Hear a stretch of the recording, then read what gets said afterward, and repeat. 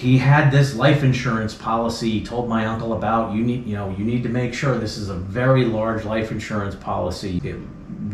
Every place that we looked, where would you put important papers? Freaking in an envelope, in a shoebox, in the back of the closet.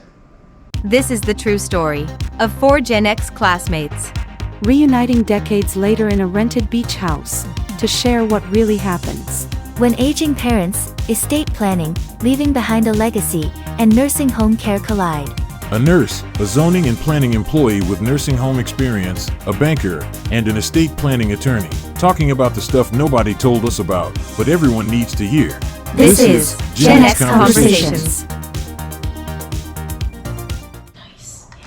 Hi, this is Jeff Marsacci, the Plain English Attorney. We've got a really good treat. I've got 3 of my high school classmates. We're going to be talking about stuff in their particular fields, which also touch upon estate planning, Medicaid planning. They've kind of got their own ground level view of a lot of things that we end up talking about on this channel, including Barbie, who's in banking, Kim, who's a nurse. Lynn, you're in administrative stuff, but you also have a background at working in nursing homes and things like that. So your life experience and what you've gone through, and in particular what some of you have gone through in your personal family situations recently, this is something that's going to be of interest to everybody. All right, so let's go ahead. We'll just start out, just give a quick introduction. You can give your first name. You don't have to give your last name if you don't want to, and just tell us what you do. My name is Lynn. I work for a municipality in planning and zoning. As you said, my background also includes working in nursing homes, personal family life, going through aging parents, both sides of the family, very different perspectives, but it's been tough. Yeah, and it's stuff that a lot of people our age are experiencing right now. Right, Kim? Oh, my name is Kim, and I've been a nurse, registered nurse for 35 years, and I worked in hospitals, nursing homes, and currently I'm in home care, which is very challenging, especially today with everything that's going on. I also have some elderly parents at home, which is also a challenge because now we're raising our parents and trying to keep them safe and take care of them, and that's just difficult sometimes. Yeah, and we'll talk a little more about that because you also have kids that, although they're adults, they're still in the house. Absolutely. And all of this is going on at the same time. Yep. Right, and Barbie? Hi, I'm Barbie. I've been in banking for over 27 years. I've done many different types of accounts, seen different types of ways people wanted to handle their money. Both my parents have been deceased, but I went through the process of setting up paperwork and making sure the transition from life to death was smooth and almost tax-free. So I do have that experience behind me. Okay. All right, so why don't we start out with, quote, the easy one, estate planning, wills, powers of attorney, trusts, and things like that. What do you currently have in place, if anything?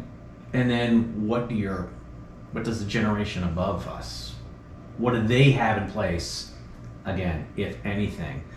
One of the surprising statistics that's out there, and people are just like, wait, that can't be right. Yeah. About 70% of the population has absolutely no plan whatsoever. It used to be 75%. No, that 5% is I'm downloading forms and doing it myself. And actually, that percentage grows and replaces some of that 70% each year. And I end up seeing a lot of stuff that just, it's like, wait a minute, either this isn't valid or this is going to get completely destroyed in court, because if somebody challenges it, game over. So what do you have in place? What do your parents have in place? Or do you even know if your parents have anything in place or not? I've had a lot of people just avoid the conversation. Yeah, well, my parents have a few things in place, but not everything, and I really wish that they had thought about this before now, because they're getting to the point in their lives where they're going to need more care. They're going to need more, well, like my mom needs to not be alone because she's falling, and she needs, more assistance. And they, I have the durable power of attorney for both my parents, so I can make decisions for them. But as far as finances go, I honestly don't know what they have going on and, what their plan is. I don't really think they have one, and that's kind of scary. Yeah. But you're the one who's going to have to deal with it. When the crap hits the fan. Exactly. Yeah. Yep. And that scares me a little. I always used to kid around with my parents and say, "Oh yeah, when you're gone, I'm just going to take a can of gasoline, put it around the house, and light it up." Because, but I would never do that, obviously. Yeah. But it's just a joke, because what kind of plan do you have? We're going to bury you in the backyard, and then we're going to burn our house down. But yeah, it's getting me nervous now because we're getting close to things, and I don't know what I'm gonna do. She's very thick-headed, so when you try to talk to your parents, especially that generation, they want to do things their way, and we've hit some obstacles when we're trying to get things straightened out. She got very upset with me. Yeah. Right, Lynn? It's a difficult conversation to have, and by the time usually you have it, it's either too late or almost too late. Exactly. And you're already emotionally stressed. Yep. And my parents are very good health. My mother-in-law, not as much. She's slowing down. She's going to assisted living, and her financial advisor, which we didn't even know she had one, said you're all set for the rest of your life. And a lawyer friend of mine had said, well, what if she needed care beyond that nursing home? Does she have enough money to last all of that time? We asked her that question, and don't worry about it, and I'll take, don't worry about it translates to figure it out if it happens, and by then it's too late. So I used it as an opportunity to talk to my parents about it, and it's like a circle talk. Yeah, we should do that at some point in time. And I said, well, do you have someone that if you were incapacitated knows where your bills are to pay your bills, your insurance, of what your wishes are, DNR, order if you didn't, what do you want for end of life if it came to that? Mm-hmm. Well, we gave one to your brother, but he lost the paper, and I don't know. And they basically have nothing in place for that, and they're financially well-to-do, and I'm sure they have everything organized. But it's going to be a mad rush and confusion of trying to find all this stuff during an emotional time. So it's not organized. No. Yeah. I know we're going to get to Barbie with that question, but it's okay. That's already happened. But there's this concept out there that I talk about every chance I get called the 3 estates, for even with people who think they're planning. If you think it's important for educational videos like this to get out there, then please help us out by subscribing to the channel. It's kind of an ongoing thing. And this was back, I think, 2009. I did a trust for this woman. So we set up the revocable living trust. We moved her real estate into the trust. And then here's the checklist of all of the accounts and what you need to do to move it over to the trust. So it all works as one cohesive plan. She had 2 of her 3 daughters to receive the house, and 2 of 3 grandchildren to receive everything else. So that's bank accounts, money, personal items, all that stuff. That's what you put into the trust. Kept sending out notices hey, you really should come in. We should do an annual review, make sure everything still lines up. I call it like packing the suitcase. Let's make sure your accounts are in the trust. Didn't hear from her. About a year, maybe 14, 15 months ago, we get a call from the daughter, who's the trustee and the executor, that, she's passed on. Well, we didn't know in between 2009 and last year that she had gone to a local attorney and had a will done. Well, look, when we're doing a revocable trust and we do a will, it just says send it to the trust so the trust takes care of it, just in case anything, quote, gets caught in probate. I don't think she told the attorney that she had a trust. Ooh. And so now the will says, I'm leaving these vehicles to this third grandchild, and now I'm leaving everything else to my two daughters. Okay. She had switched all of her financial investments from different places from when we originally put that in place. So when the daughter's calling up, what do we do? Well, I think mom thought, well, if I redid the will, that just gets rid of what I had in the trust. Right. No, the trust is a standing entity which owned the house. So the house is going to the two of the three granddaughters. Two of the three daughters. And all the personal contents which we moved into the house are going to those two grandkids. I don't think she ever put her automobile into the trust. Well, the will only covers what goes into probate. Oh, it covers the automobiles. That's the only thing that the will is covering that we know of. All of her accounts could have been set up in the name of the trust. Again, we didn't know at this point what she had done because the daughter didn't have access to the financial information prior to death.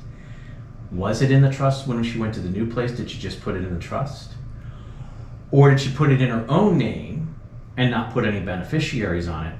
Which would mean, oh, it goes according to the will that she did halfway through.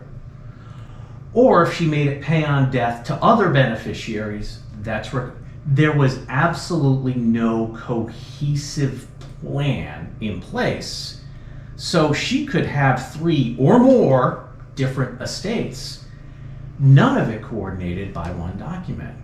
So it's all over. I'm looking at Barbie shaking her head. It's like, yeah, she deals with the account end of this stuff all the time. So yeah, it just could be completely out there. So there's lots of different little techniques to avoid probate. I kind of call them duct tape solutions because they might work a little bit, but in the long run, it's not going to be a cohesive plan. You can have an account that's joint with the right of survivorship, but that has downsides and whatnot. Then, you can name the beneficiaries, but if somewhere in your beneficiary list, it's like, if my child dies before I do, I want it to go to the grandkids. But they're too young. You can't put an age limit on that. They get it at 18. It's stuff like that. So I'm going to now turn it over to Barbie. With your parents, what did they have? Did they have those little things to avoid probate? Did they have a will? Did they have a trust? What did they have? They didn't really have any assets per se to have put in a trust, but what we did was we had paperwork drawn up from actually a lawyer because they didn't have really anything to put in, say, a trust, but we had the will designed, we had durable power of attorneys, we had healthcare proxies, and we had basically who was getting what as term established beforehand. We talked to everybody in the family to make sure there'd be no contesting on anything, not that they had a lot to contest, but this way when they did pass, the funerals were paid for, they had burial plots. Basically it was a smooth transition, so none of us had to think about paperwork or think about finances. So when they did pass, our emotions were on the loss more so than what do we do. Everything was already set up so that we didn't have to worry about those aspects. Did they have all those documents in one place? Yes, I had all the documents. That alone is such a help, and people don't realize it. I mean, this is my own story. When my grandfather passed on, at that point, my grandmother was already in a nursing home. She was so far into Alzheimer's and dementia. Let me go ahead and tell the story just because it's interesting. People don't realize you go into a nursing home, it's like everything is declining. Well, not for everybody. My grandmother was physically very, very healthy, to the point where she would get up, do whatever was needed, And then she'd walk the entire floor, like speed walking. I'd have to rush to keep up with her, and she just kept going around, and the nurses were like, how much is she walking? And then one day they committed themselves, they measured the outside length of her route and then counted every time she went by that nurse's station. She was walking more than 10 miles a day. Wow. So she was in a facility for more than 7 years. She was very physically healthy, but she'd stop and talk with people. Oh, hi, who are you? Do a lap or two, see the same person. Oh, hi, who are you? Mm-hmm. So physically she was very healthy, but she just kept doing laps. Well, my grandfather passes on, getting back to my original point in the story. He had this life insurance policy he told my uncle about. You need to make sure this is a very large life insurance policy. You need to make sure that you cash that in. It wasn't with any of his documents. Every place that we looked, where would you put important papers? Freaking in an envelope, in a shoebox, in the back of the closet. This very large life insurance policy was $1,500. We spent the better part of a day looking for it just because he told my uncle I have it. And it's a big box. Yeah, so it was big when he took it out, which was after my mother was born, but before my uncle was born. At that point, $1,500 was a lot of money back then, and it kind of helped that my grandmother's father was in insurance, so he made sure they were, quote, properly insured. So, but yeah, just finding that took so much. When we put stuff together, it's okay, here's your big blue binder that's got everything, and it's a 3-ring binder. Just go ahead and 3-hole punch stuff and put it in. Every year when you get those annual statements from all the different financial institutions, take the old ones out, put the new ones in. This is the guidebook. Again, I'm supposed to be interviewing you. I'm telling these stories. In that book, we found something from a local author near us.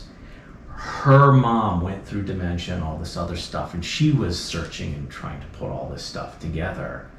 And then her mom died, and then it was all the probate stuff and all the stuff she had to deal with. She's like, somebody ought to have a way to organize this, and there wasn't anything out there. So she did it. She created it. So we have a special deal with her.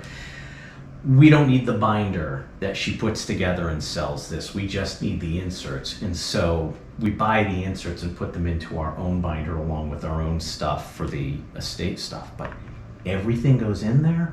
All the kids have to do is grab the binder. It's all in one place. All of it. I even have some clients that put all the stuff for their taxes each year in the binder. And this is just a little tip. You take that binder to the accountant and you plop that big huge thing down on their desk for the taxes. They don't like looking at that. They're going to do your taxes more quickly to get that big binder off their desk. Yeah, I'll have it in a couple of days. Everybody else is waiting 3 or 4 weeks. Okay. Yep. So carrying that organized just means a lot. Yeah.